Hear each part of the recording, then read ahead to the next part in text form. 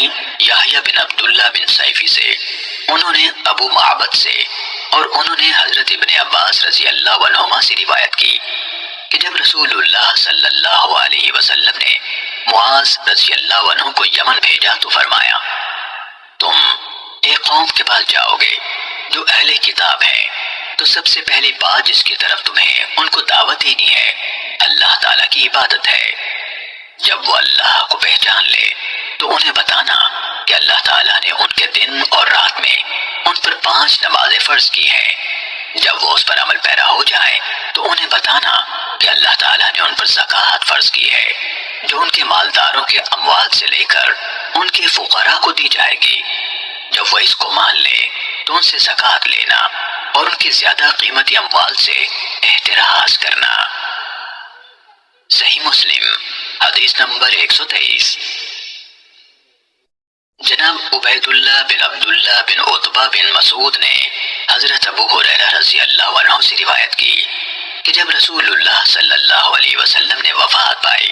اور آپ کے بعد حضرت ابو بکر رضی اللہ عنہ خلیفہ بنائے گئے تو عربوں میں سے کافر ہونے والے کافر ہو گئے، اور ابو بکر رضی اللہ عنہ نے مانعین زکوٰۃ سے جنگ کا ارادہ کیا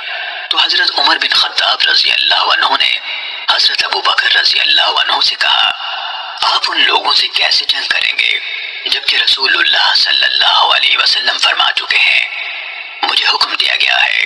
کہ میں لوگوں سے لڑائی کروں یہاں تک کہ وہ لا الہ الا اللہ کا اقرار کر لیں، بس جو کوئی لا الہ الا اللہ کا قائل ہو گیا اس نے میری طرف سے اپنی جان اور اپنا مال محفوظ کر لیا، الا یہ کہ اس لا الہ الا اللہ کا حق ہو اور اس کا حساب اللہ تعالیٰ پر ہے۔ اس پر ابو بکر رضی اللہ عنہ نے جواب دیا، اللہ کی قسم میں ان لوگوں سے جنگ کروں گا جو نماز اور زکوٰۃ میں فرق کریں گے، کیونکہ زکوٰۃ کے مال میں اللہ کا حق ہے۔ اللہ کی قسم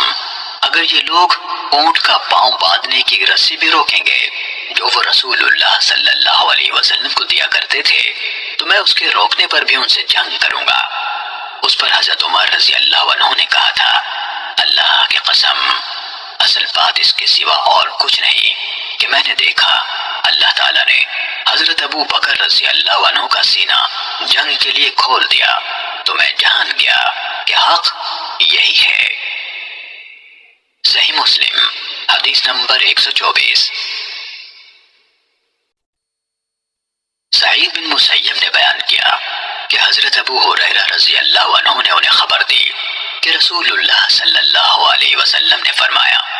مجھے حکم دیا گیا ہے کہ میں لوگوں سے جنگ کروں یہاں تک کہ وہ لا الہ الا اللہ کے قائل ہو جائیں، چنانچہ جو لا الہ الا اللہ کا قائل ہو گیا اس نے میری طرف سے اپنا مال اور اپنی جان محفوظ کر لی، الا یہ کہ اس اقرار کا حق ہو اور اس شخص کا حساب اللہ کے سپرد ہے۔ صحیح مسلم حدیث نمبر 125۔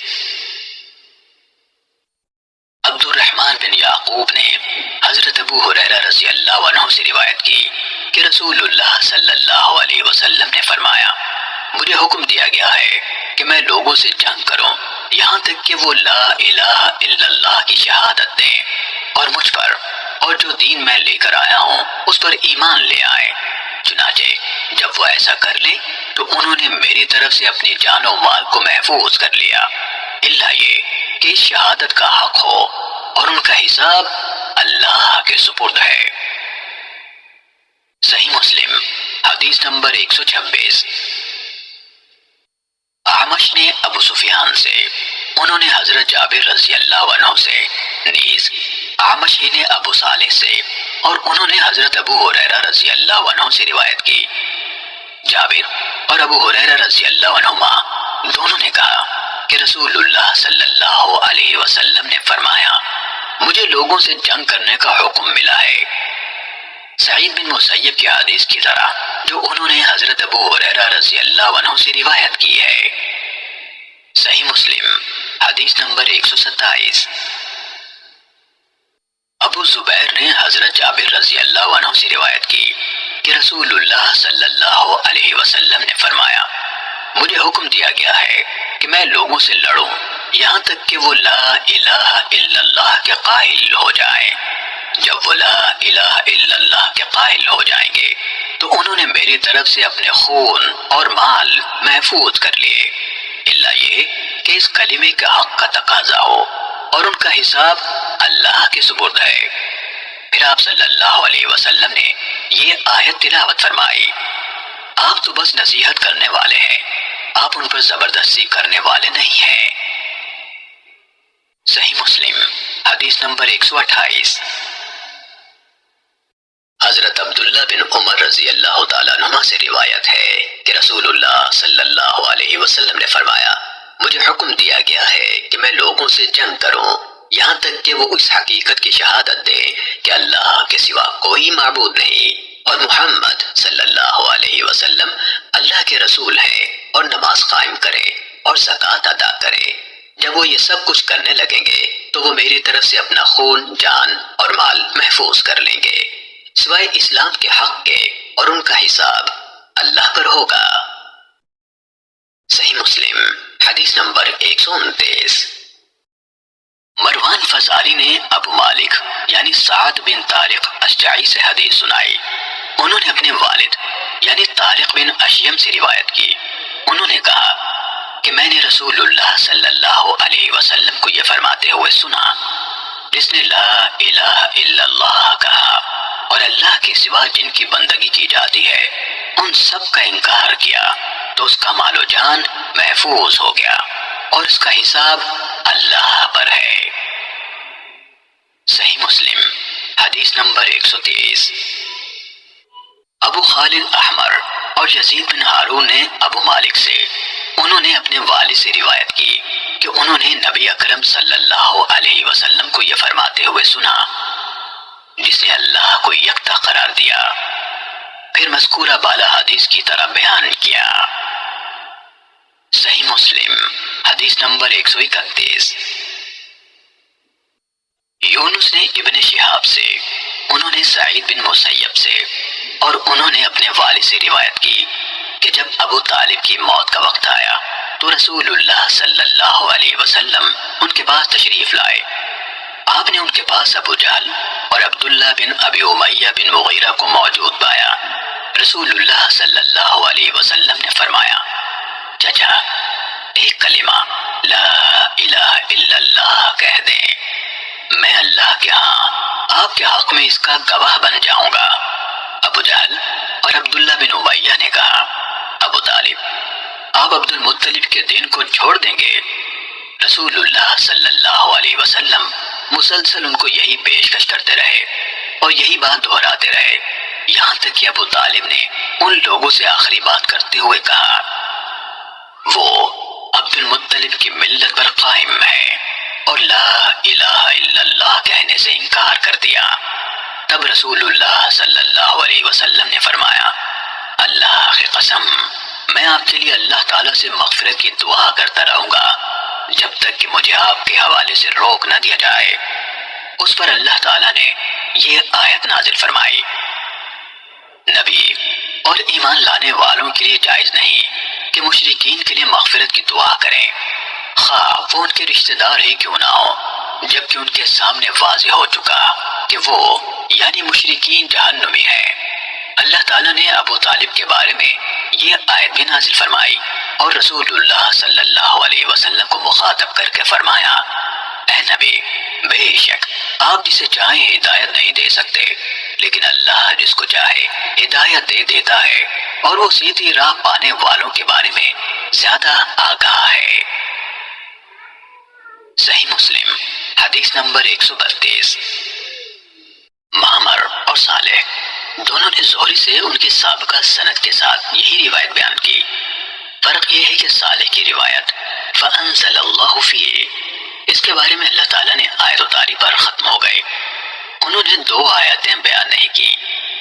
انہوں نے اپنی حدیث میں یہ بھی کہا کہ وہ دونوں یعنی ابو جہل اور عبداللہ بن ابی امیہ یہی بات دہراتے رہے۔ معمر کی روایت میں المقالۃ یعنی بات کے بجائے الکلمہ یعنی کلمہ ہے، وہ دونوں ان کے ساتھ لگے رہے۔ صحیح مسلم حدیث نمبر 133۔ مروان بن یزید سے جو کیسان کے بیٹے ہیں حدیث سنائی، انہوں نے ابو حازم سے، انہوں نے حضرت ابو ہریرہ رضی اللہ عنہ سے روایت کی، کہا رسول اللہ صلی اللہ علیہ وسلم نے اپنے چچا کی موت کے وقت ان سے کہا لا الہ الا اللہ کہہ دیں، میں قیامت کے دن آپ کے لیے اس کے بارے میں گواہی دوں گا، لیکن انہوں نے انکار کر دیا۔ کہا اس پر اللہ تعالیٰ نے یہ آیت اتاری انک لا تہدی من احببت، بے شک آپ جسے چاہیں راہ راست پر نہیں لا سکتے، آیت کے آخر تک۔ صحیح مسلم حدیث نمبر 134۔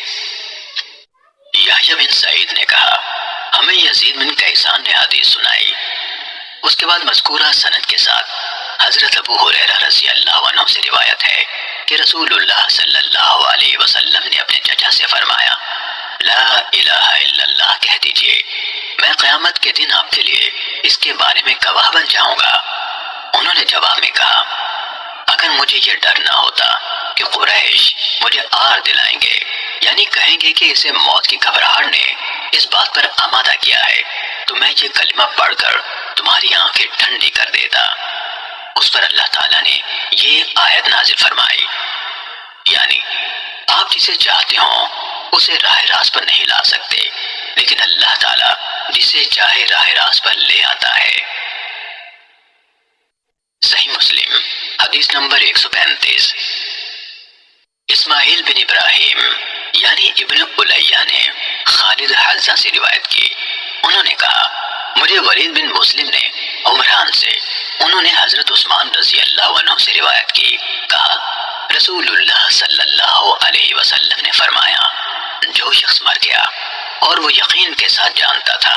کہ اللہ تعالیٰ کے سوا کوئی عبادت کے لائق نہیں، وہ جنت میں داخل ہوگا۔ صحیح مسلم حدیث نمبر 136۔ ابن الیہ کے بجائے بشر بن مفضل نے بھی خالد حذا سے یہی روایت بیان کی، انہوں نے ولید ابو بشر سے روایت کی، انہوں نے کہا میں نے عمران سے سنا، انہوں نے کہا میں نے حضرت عثمان رضی اللہ عنہ سے سنا، وہ کہتے تھے میں نے رسول اللہ صلی اللہ علیہ وسلم کو فرماتے ہوئے سنا، اس کے بعد بالکل سابقہ روایت کی طرح بیان کیا۔ صحیح مسلم حدیث نمبر 137۔